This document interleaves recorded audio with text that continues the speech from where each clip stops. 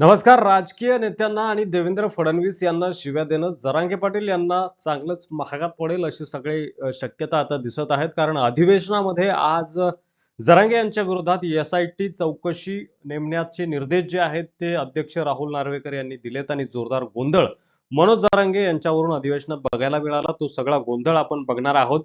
फडणवीस नेमकं काय म्हणाले, सुरुवातीला जरांगे पाटील यांनी काय उत्तर दिलं ते देखील बघणार आहोत. सुरुवातीला देवेंद्र फडणवीस काय म्हणाले ते बघूया. मराठा समाजाला मी आरक्षण दिलं, या सभागृहाने दिलं. मी मुख्यमंत्री होतो, ते हायकोर्टात टिकवलं. जोपर्यंत मुख्यमंत्री होतो सुप्रीम कोर्टात ते टिकवलं. त्यावर जरांगे पाटील यांनी असं उत्तर दिलंय की आरक्षण दिलंय किंवा सारथी जी योजना होती ती दिली आहे तर उपकार केलेत का? नेमकं जरांगे पाटील काय म्हणाले ते बघूया. मराठा समाजाला दिलं म्हणतो. काय दिलं? सारथी दिली, अण्णासाहेब महामंडळ दिलं, बाकीचं जातील नाही दिलं का? ते का उपकार सांगायला का? तुला सत्तेत बी मराठ्यानं बसवलंय म्हणून दिलंय. काय दिलं? आरक्षण मागतात 75 वर्ष झाले मराठी, दिलं का? न टिकणार देतात. गेलं कोर्टात लोक. आता पुन्हा आमच्या मराठ्यांच्या पोराचं वाटलं. त्यानंतर देवेंद्र फडणवीस यांनी मनोज जरांगे पाटील यांच्यावर आरोप केलेत की मनोज जरांगे पाटील यांनी आईवर शिव्या देखील दिल्यात.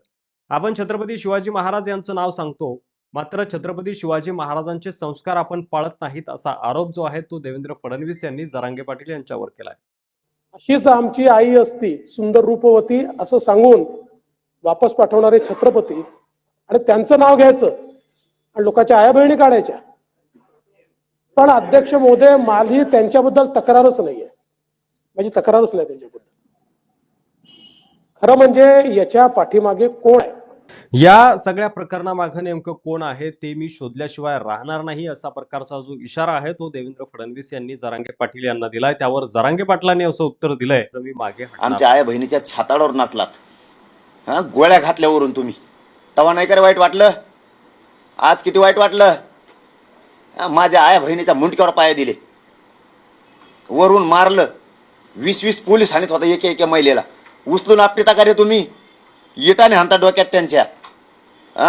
तुमचे नुसते आय म्हणलो तर किती लागलं? आमच्या आया बहिणी उभ्या चिरल्यात तुम्ही. तवा कुठं गेलता? यासाठी नेमणाऱ्या सत्ता हातात आली मग दुरुपयोग करून लोक तो घ्यायला तो ऐकड करायला लागला का सगळे? आणि तो यासाठीला चौकशाला घेऊन माझ्या आई बहिणीचे मुर्दे पडून देऊ काय? मी नाही पडून देणार. हो, हे टोळी जमवायला याच्या हातात सत्ता आहे म्हणून विधान भवनात माझ्या विरुद्ध यासाठी नेमाला लगेच मंजुरी बी, मला जेलला टाकायसाठी लगेच चौकशी सुरू, याच्या हातात आहे म्हणून. त्यानंतर देवेंद्र फडणवीस यांचं असंही म्हणणं आहे की दगडफेक करणारे जे आहेत त्यांना दगडफेक कुणी करायला लावली हे आता समोर आलेलं आहे. आणि मनोज जरांगे पाटील यांना परत कोणी आणलं, त्यांच्या घरी कोण भेटायला गेलं, हे सगळं षडयंत्र जे आहे ते आता बाहेर येत आहे. मनोज जरांगेंना वापस आणणारे कोण आहेत, त्यांच्या घरात जाऊन त्यांना भेटणारे कोण आहेत? अध्यक्ष महोदय, कोणाकडे बैठक झाली ते सांगतायत, मी नाही सांगत आहे. आरोपी सांगतायत. आता आरोपी सांगतायत की यांनी बैठक घेऊन सांगितलं दगडफेक करा.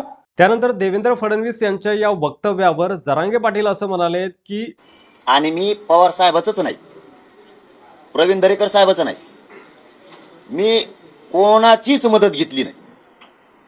कोणाची सगळ्याच दाखवून द्यायचं ना. मला राज ठाकरे साहेबांची मदत नाही, असं ना उद्धव ठाकरे साहेबांची मदत, ना बाळासाहेब थोरात साहेबांची, किंवा ना नाना पटोले साहेबांची, ना विजय वडंटीवार म्हणजे काँग्रेसांचं होतं वडंटीवार साहेबांची, ना चव्हाण साहेबांची, आणखी कोण राहिलं पक्ष, ना बच्चू भोकडूंची, ना प्रकाश आंबेडकर साहेबांची. त्यांची साथ आहे आम्हाला पाठिंबा म्हणून. याच्यात कोणाचीच मदत नाही. आणखीन कोण कोण त्यांच्यात? ना अजितदादांची, आणखीन कोणते पक्ष आहेत त्यांच्याकडे? ना राजीव शेट्टी साहेबांची, ना सदाभाऊ खोत साहेबांची, ना आणखीन काय पक्ष असतील, ना कोणाची, ना रामदास आठवले साहेबांची, ना त्या हरिभाऊ राठोड साहेबांची, ना पंकजा मुंडे साहेबांची, ना महादेव जानकर साहेबांची, ना पडळकर साहेबांची. पाठबळ आहे. यामध्ये मनोज जरांगे पाटील यांनी जवळपास सगळ्याच नेत्यांची नावं घेतली. शरद पवार यांचाही मला पाठिंबा नाही, उद्धव ठाकरेंचाही मला पाठिंबा नाही, त्यांनी मला मदत केलेली नाही, त्यांचं पाठबळ आमच्या सोबत आहे. जरांगेंच्या नेतृत्वात निघालेले मोर्चे हे मुळीच शांततेत नव्हते. लोकांची घरं कशासाठी जाळली असा सवाल देवेंद्र फडणवीस यांनी हो. उपस्थित केला. मराठा समाजाने जे मोर्चे काढले होते ते शांततेनेच झाले होते. यावेळी शांतता नव्हती. ही घरं जाणं, ती घरं जाणं, नाही होऊ दे ना. नाही कशा करता. त्यावर जरांगे पाटील यांनी असं म्हटलंय की मी निर्भीड आहे, माझ्यावर देवेंद्र फडणवीस हे डाव टाकत आहे, हा एक ट्रॅप आहे मला अडकवण्याचा आणि तुम्हाला जे करायचं आहे ते करा, मात्र मी ओबीसी मधून मराठा समाजाला आरक्षण दिल्याशिवाय शांत बसणार नाही, असं पुन्हा एकदा देवेंद्र फडणवीस यांच्यावर आरोप करत मनोज जरांगे पाटील यांनी ठणकावून सांगितलं. पण मराठ्यासाठी 1 इंच भेटून तू किती डाव रचव रे, हा किती रचव तू, काय यासाठी रचायचं, तुला काय करायचं तर कर. मी ह्या मराठ्यांना ओबीसीतून आरक्षण दिल्याशिवाय हटतच नाही. तर पुढे बोलताना देवेंद्र फडणवीस असं म्हणाले की एसआयटी चौकशी तर मनोज जरांगे पाटील यांची होणारच आहे, मात्र मनोज जरांगे यांच्याशी मला काहीही घेणं देणार नाही, तर त्यांचा बोलविता धनी कोण आहे हे मी शोधून काढणार, अशा प्रकारचं चॅलेंज जे आहे ते थोडक्यात देवेंद्र फडणवीस यांनी जरांगेंना दिलंय. त्यामुळे अध्यक्ष महोदय, आपण एसआयटी सांगितली आहे, एसआयटी तयार होईलच, पण मला मनोज जरांगे पाटलांची काही घेणं देणं नाही. त्याच्या पाठीमागे बोलविता धनी शोधून काढला.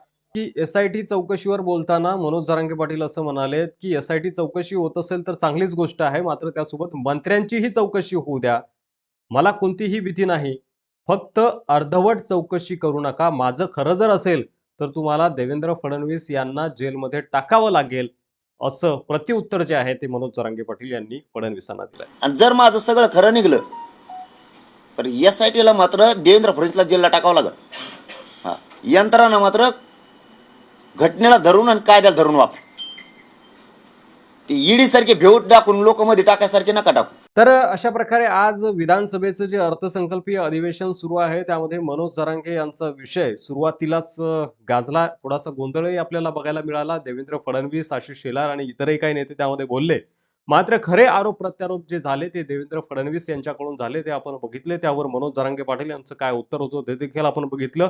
असे सविस्तर व्हिडिओ जर तुम्हाला बघायचे असतील तर आपल्या चॅनलला सबस्क्राईब करा. व्हिडिओ आवडला असेल तर जास्तीत जास्त शेअर्स देखील करा आणि तुमचं मत नेमकं याच्यावर काय आहे, हा मनोज जरांगे पाटील यांना अडकवण्यासाठी ट्रॅप आहे का, की खरंच मनोज जरांगे पाटील यांचा बोलवतात आणि दुसरं कोणीतरी आहे, तुमचं मत कमेंट बॉक्समध्ये लिहायला विसरू नका. मला तुमच्या कमेंट जाणून घ्यायच्या आणि त्यानंतर पुन्हा आपण नवीन व्हिडिओमध्ये भेटणार आहोत. तुर्तास रजा घेतो.